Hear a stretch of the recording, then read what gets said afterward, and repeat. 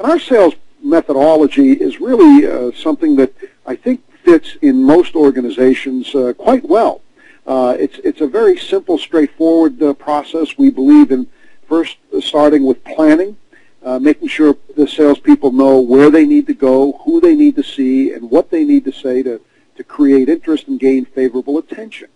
And the purpose here is to make sure that when they are initially contacting their customers, that they understand what the important business issues and opportunities and challenges are.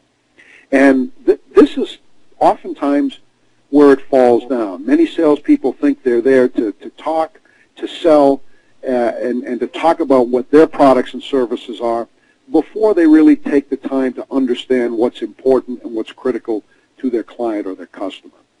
And we believe that taking the time to dig in and understand what's important really helps to build the relationship. And that's done through a variety of techniques. We are firm believers in reading and adapting to the behavioral style of the individual that we're working with, which builds credibility and trust. And it's really the kind of the foundation for all strong business relationships. And this role of active listening, really, so many salespeople, I think, have been told, gee, you're a good talker, you ought to get into sales. When the truth of the matter is some of the best salespeople are really very good active listeners. And listening becomes critical, not just that the salesperson or the sales manager knows that they have listened, but the loop gets closed and the individual who's speaking knows that they were heard. The step is discovering where and how to add value, and we're firm believers in the customer-focused sales interview and using questions and interviewing techniques to uncover what those needs and those goals and those critical, important priorities, including a personal win, and there's always a personal win. And these interviewing techniques will help to qualify what the actual opportunity is, identify what the political structure within the organization is, and really get a strong understanding as to what the competition might be doing, what other alternatives they actually may be considering, and just seeing where you line up from both a strength and a weakness standpoint.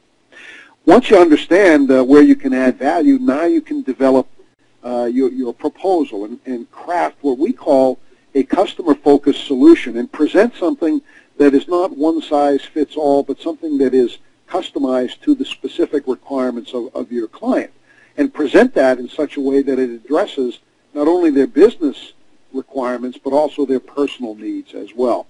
And if that is done successfully, you can then go on to the step of evaluating and providing a justification for what you are proposing. And Jack and I have always been proponents of not just quoting prices, but showing what the return on investment of a particular investment might be, and actually helping your client to understand what that ROI is going to be to them and what it will mean to them in terms of dollars or time or other types of assets that they're going to be able to save or create or enhance. So what's the real value to them from them purchasing your solution? And then last step here is beginning and expanding the partnership, where we gain commitment to action. Salesperson should not be the only individual leaving a sales meeting with action items. The client needs to be actively engaged in the buying process as well. And we've always said that if they won't spend their time or if they won't commit any of their resources or energy, they're probably not going to spend any money. And then that allows you to negotiate what we believe is the only style, a win-win type of negotiation where everybody gets something good out of it. And once the sale is closed and once the relationship and partnership has begun or is expanding, then can we get a reference from this individual? Can we use them as part of our cadre of active resources, active references, where they are looking for other opportunities, helping us, and keeping the number of people who are on our side and in our corner, kind of clients for life, and taking care of them on a regular basis. And this is going to be done by not only understanding what the client's requirements are, but also attempting to identify the value that they have for their client's client. What's the value proposition to their final end user? So that's our sales methodology, and those are the steps that we believe your sales managers need to be following as they go through their actual duties as the sales manager.